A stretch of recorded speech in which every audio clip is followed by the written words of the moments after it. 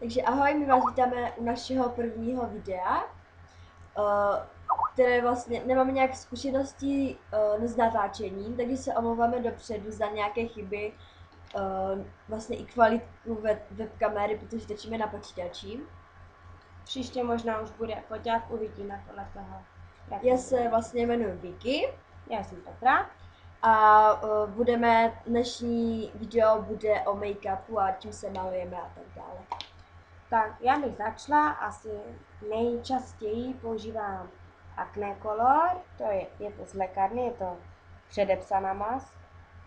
Ne, není předepsaná, ale je to prostě z lékárny. Vím, že ji koupíte, stála myslím, že 190 korun, je to celkem dost drahé na to, že je, kolik to má, no není toho nějak extra moc, dá se koupit jen ve 2 odstínech, Má to 30 gramů. Má to 30 gramů a dá se koupit jen ve světle a v tmavé. Já mám light, protože jsem to kupovala v zimě a jelikož mi toho hodně zbylo, tak to teďko používám to, ale musím to míchat s jiným make-upem. Ten je od Edit, je to Perfect Matte, má to 400 ml a stálo to 30 korun. Jo, Edit není moc dobrá značka, to vím. A jediné, co mám asi tak značkové, jsou nějaké řasenky a tak, takže moc nebudu mít značkových.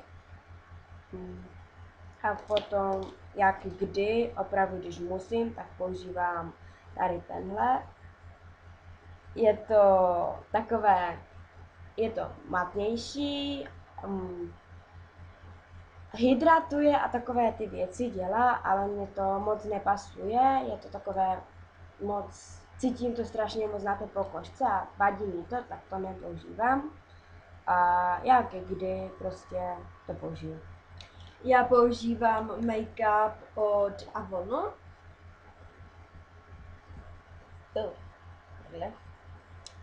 Vlastně jmenuje se Everlasting a je to odstín číslo 10. Já už ho používám dost dlouho. Vlastně je to pro mě je to nejlepší make-up a mám ho strašně moc ráda. Neleskne se na mě nějak extra moc, dlouho mi vydrží a vlastně na něj nepotřebuju ani pudr, dobře se rozmazává a vlastně mám ho hodně ráda. Vlastně jsem ještě nezměnila značku. Pak používám jen ve výjimečných chvílích make-up od Avonu, jmenuje se Extra Lasting. Potom tu jsou na řadě pudry. Vlastně ten pudr není značkový, je to z normální drogerie, je to takové, je fajný, je trošičku oranžovější, takže se toho nedává moc a jelikož mi to trošičku s těma make-upama pasuje, tak mi to zase tak nevadí. Ten pudr používám často, někdy to i používám místo make-upu, tak nepoužívám make-up, ale mám prostě krém a pudr, takový jiný make-up.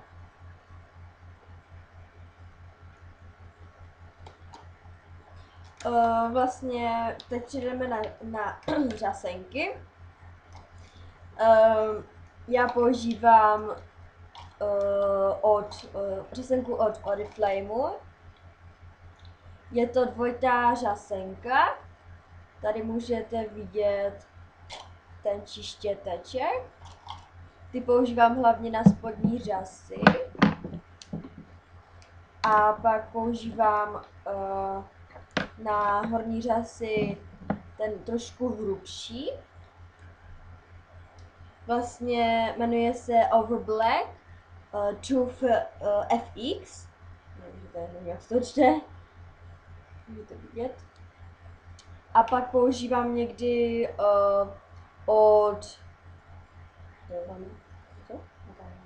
no to je od Avonu, je to vlastně co? Ne, co to prostě jmenuje se Express Volume. Je to vlastně proti vodě, takže ho většinou používám, když jdu třeba na bazén nebo když vím, že zmoknu. A vlastně Express Volume Aqua Waterproof jsem celkově ne, myšlenka. A já asi nejčastěji používám tady tuhle řasenku, je to od Vola, nevím slovit.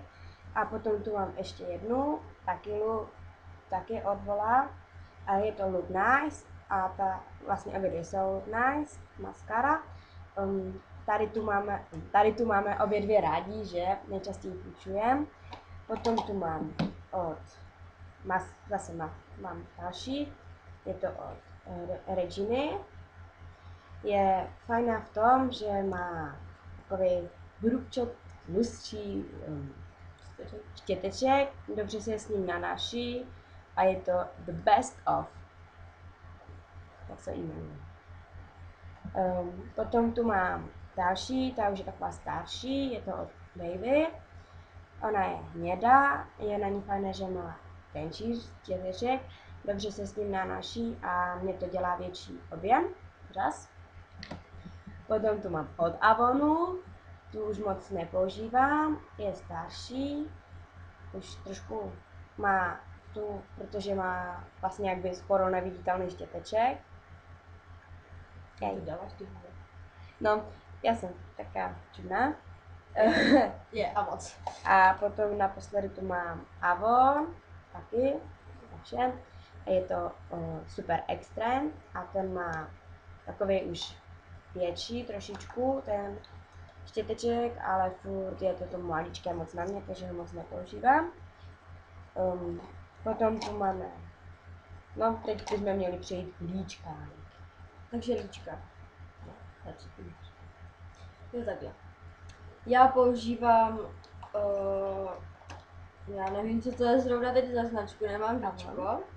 Je to od Avonu. Taková je krabička. Aha, je to vlastně. Nemám teď zrovna líčko. Jmenuje se Face Pearls. Jo, tak je to celé kdyby.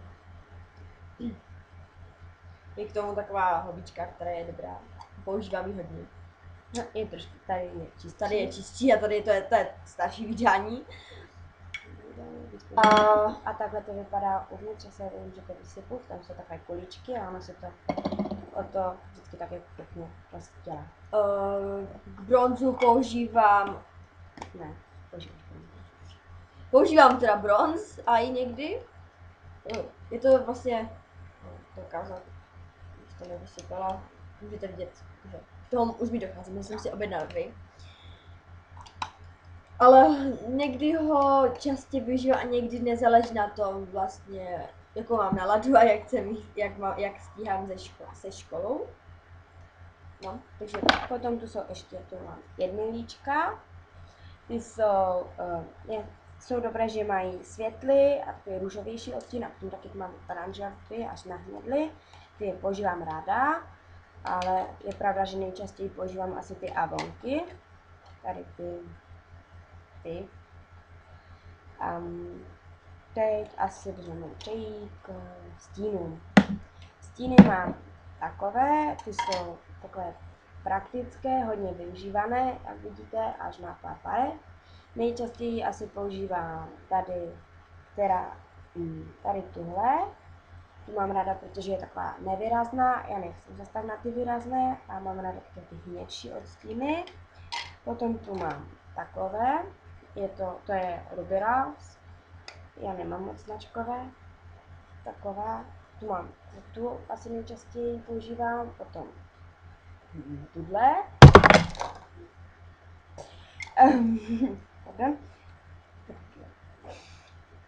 tak, teď jsem zničili, potom tu mám takovou pak pěknou, malou, hnědou, mám asi nejčastěji, co mám, tak jsou hnědé, tu taky nejsou značkové, co je příjemné, asi používám zase nejčastěji světlo, tu už mám na nějaké akce a když už musím, tak používám zelenou, ta je od Avonu. Potom tu mám další, ty už jsou takové barevnější, tu jsem používala dřív, jsou fialové. Dokonce už tu mám takové jiné, takové starší. tu mám asi zase nejvíce používám světlou a tu tmavší, tu černou jak kdy. Potom tu jsou takové spíš gelovější, ty používám občas a strašně se mi jednu dobu líbily. Jsou takové taky matnější, nevím jak to říct, jsou prostě, že dělají takový pěkný efekt, nevím, jestli to uvidíte, asi ne. Tu, také. Jsou prostě příjemné, moc jsou takové mastnější. Potom tu je další, ty jsou fialové, to zase bez značky. A ještě tu mám Luxe, ty jsou patří jedny z mým oblíbeným, ty jsou už značkové, jsou koupeny z Avonu a jsou nejvíc používané ze všech mých stínů a zase nejčastěji používám ty světlé, jako hnědou, to je sice tmavší, a tu pleťovou a bílou. Já stíny nepoužívám, jen když mám nějakou akci, kde vím, že budu hodně vidět, nebo když mám nějaké vystoupení ze zpěvu nebo něčeho. A nebo někdy si dám, když mám podle nálady do školy, jinak nenosím vůbec. Aha, to jsme nečekali. Omlouváme se nám. Potom tu máme, asi by měly být na řadě pušky, když už ne u očí. Tak já tu mám hodně tužek, ale asi nejčastější moje je, zrovna není. No nic, asi tady ta je hodně podobně, tak možná to bude ona. Tady tahle od Avonu mám hodně černý, potom mám i nějakou hnědou, je taková pěkná. A mám jednu bílou a tu mám, jelikož se mi hodně lidí říká, že mám malé oči, tak ty používám na to, abych si ty oči opticky zvětšila. Je to optický klam. Takže je taková fajná, je to zase co nejrychleji koupená a mám ještě zelenou, pěknou, tu vůbec skoro nepoužívám. Tak teď přejdeme k línkám. Já používám hlavně linky, myslím, že jsem to objednala v Avonu. Ostravě, protože jakože jsou trošku už starší. Mám je celkem dlouho, ale moc jsem je nepoužívala. Než jsem vlastně zjistila, že se mi s nimi hodně moc dobře pracuje. Můžete vidět, jo, ukážu vlastně jak kreslí. Kurník, takhle.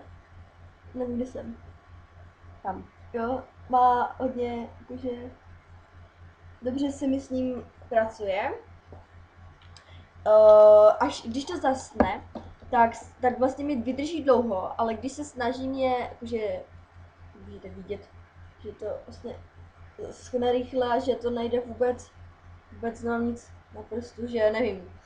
Máme hodně rada, ale časem, když je chci vážně už odlíčit, tak když už jsou dost suché, tak se vlastně sami, jak kdyby sloupou se.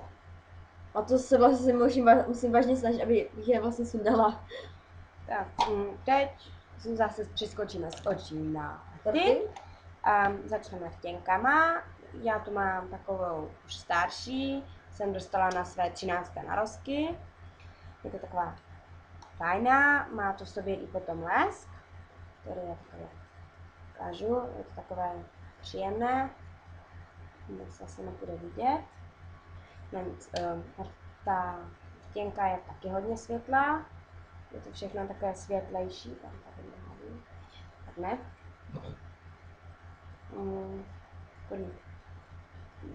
No, tak nejde vidět. Potom tu mám, tu jsem si kupovala sama. Jsem si trošičku pohrávala, protože jsem měla mít focení, jsme měli mít. Tak jsem si koupila takovou pěknou růžovou. Taky nebude vidět. Čekejte. Tak. Tu jsem používala jednu dobu hodně často. Potom to mám vlastně nějakou starší, tu už nepoužívám, je to taká říct to nějak špatně, taková fialová, která se mi právě zničila. Taková fialová, nosná, takhle. Potom tu mám další, to už jsou zase koupené samy, to je taková růžová. Já jsem růžový expert. Tady ta. Jo, tady ta. Jo, dobře. A potom tu má ještě někde, možná, jo, tady. A ta je totálně růžová. Tu mám nejraději asi a taky se s ní blbě pracuje. Ale je úplně pěkná. Je hodně výrazná. Je to taková ta Barbie růžová. To by asi bylo všechno. Takže já pokračuju k leskům. Já rtěnky nepoužívám. Osobně mně se to moc nelíbí, ale používám lesk na rty. Momentálně kombinuju od Avonu Glass to je smazané, Glass Wear Extreme. Že je celkem výrazná. Tady můžete vidět štěteček. Ale kombinuju ji s výraznou růžovou, světlou růžovou, která je od, no nevím, ale jmenuje se Mega Shine Volume. Je vlastně světlá, mám ji teďkom na rtech. To možná jde vidět trochu. A jinak vlastně rtěnky vůbec nepoužívám, maximálně lesky, ale což jakože jen občas. To by asi bylo k obličeji vše. Teďkom akorát to příslušenství, které máme, což jsou štětečky. Teď mám být schované. Takže to je jeden takový štětec, který často používám. To používám. To má to také další štětinky, je to také fajn chlupaté. Používám to na bronzer nebo někdy líčka, když mám takové ty jiné, než mají svoji houbičku. Potom tu mám tady ten širší, ten fakt na bronzer, bo má také, už to má trošku tvrdší ty štětinky a ještě bych tu měla mít jeden, který je tenký a ten používám na stíny, to nám asi neukážu, jelikož se mi strach. Já mám většinou své štětečky doma, to je moje kamarádka, není to moje sestra.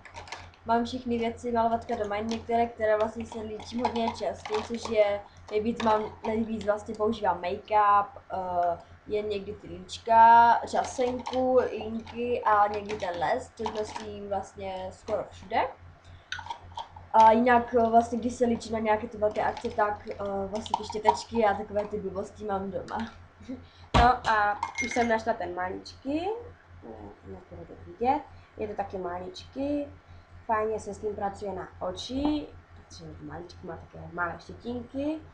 A ještě tu mám jeden, ten používám taky líčka, bronzer, cokoliv, co se dlouho roztírá, jako make-up i někdy a takové ty blbosti. To by asi. Tohle je pro toto video všechno. Děkujeme vám, že jste měli trpělivost se na toto video kouknout. A s pozdravem Vicky a Petra. Když se vám líbí, dejte like.